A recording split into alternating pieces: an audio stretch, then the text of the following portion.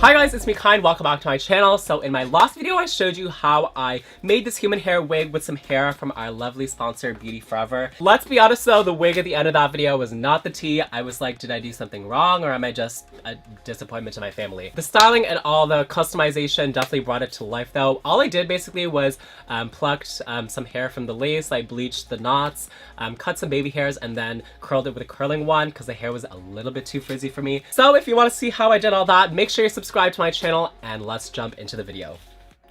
So this is where we left things in my last video where I showed you how to sew all of these bundles into the wig and create this.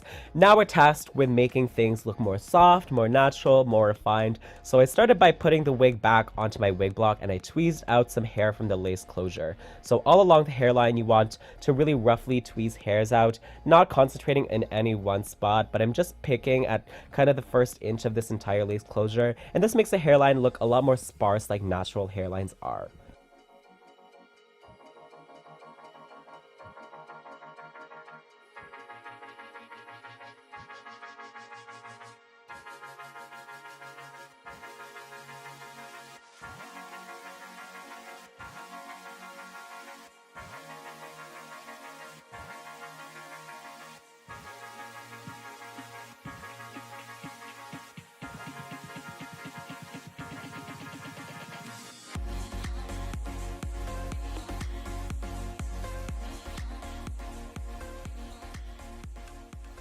I ended up tweezing out quite a bit because of how hard the original hairline was, and this process was actually really easy because of just how fine human hair is.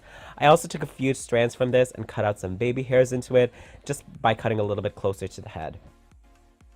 And this is what our hairline looks like now, definitely a lot more sparse, but I was noticing all of these black dots on it, which I didn't like, so I found out you can bleach the knots with just hair dye. I picked up this bleaching kit online, and I really should have done this in step 1 before I sewed all of this hair into the wig so I could only do this to the lace closure, but I didn't think I had to do this until I tweezed the hairline and couldn't help noticing all those little knots. Anyway, you're going to mix together your bleaching powder and developer until you get a bit of a pasty texture. If it's too watery, it'll drip into the rest of the hair. And we only want to apply this to the underside of the lace, so it's only touching the knots where the hair is tied onto the lace. And we want to bleach these to like a dark blonde / honey brown so it matches our skin and the lace looks more transparent. I am not a professional hairdresser. I wasn't sure how to leave this on. It was hard to see the progress since it's such a small amount of hair that we put it on. So what I did is I kept washing it out and reapplying it since I had a lot more product than I needed anyway. And I just did this until the knots were that kind of light honey brown color. Then I washed it with a shampoo that came with a mix, or if you have it, you can use like the Shimmer Lights purple shampoo. I still have this from my silver hair days. It helps tone up brassiness after you bleach your hair, so there's not that orangey undertone to the hair. Then you might as well shampoo and condition the rest of the hair, seeing as it's probably dirty from doing all of this work, and I haven't washed it since it came in the mail.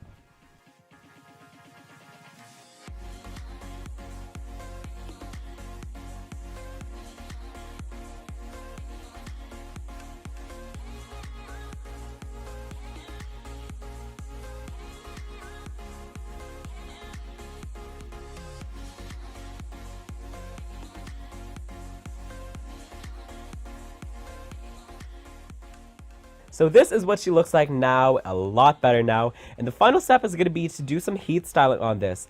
I pinned it into my wig block. I didn't use that white ribbon that I usually use since the lace is so small here. I just pinned the cap all the way around. I mean, if you really want to be fish, you can wear it and style it on your head, especially if you already have long hair and you're used to doing it. I'm more used to styling on wig head, so that's what I did. But I borrowed my friend's curling wand and I started curling the wig. I sectioned off like the top 85% and worked from the bottom going upwards. And to get a really good curl, I put the wand at the base, wrapped a small section of hair around it, waited like 4 or 5 seconds, and I started off just letting it dry in my hands for a bit. But to save some time and to get a really good curl, I found the key is to clip it up. That way you can move onto other hair while it cools down, and since it has a chance to cool down in that tight curl shape, it looks a lot tighter when you let it down after about a minute.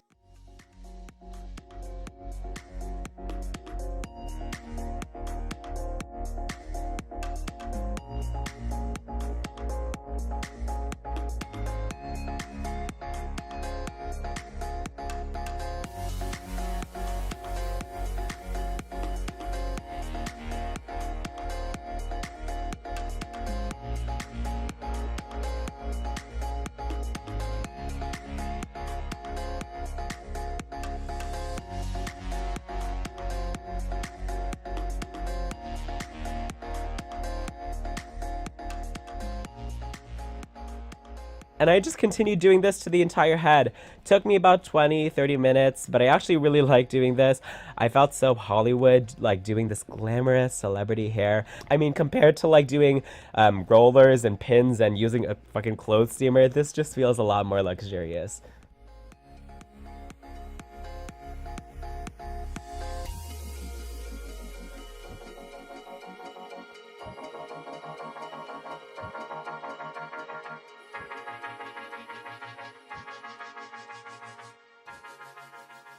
When you've curled everything, you can brush it out to reveal these gorgeous bombshell waves.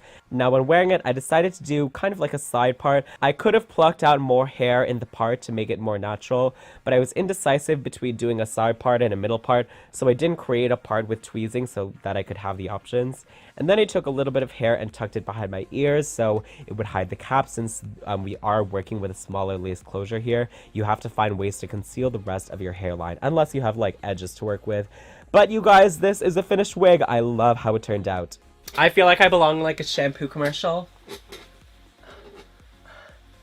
Anyway, I hope you guys enjoyed watching this video. I definitely enjoyed making it. Shout out again to Beauty Forever for sponsoring these videos. Be sure to give this video a thumbs up and let me know your thoughts in the comments. I'm gonna be going back to my regularly scheduled Halloween content soon, so you can expect to see this hair in a video of mine. So make sure you subscribe for more videos like this one, and I'll see you guys all next time.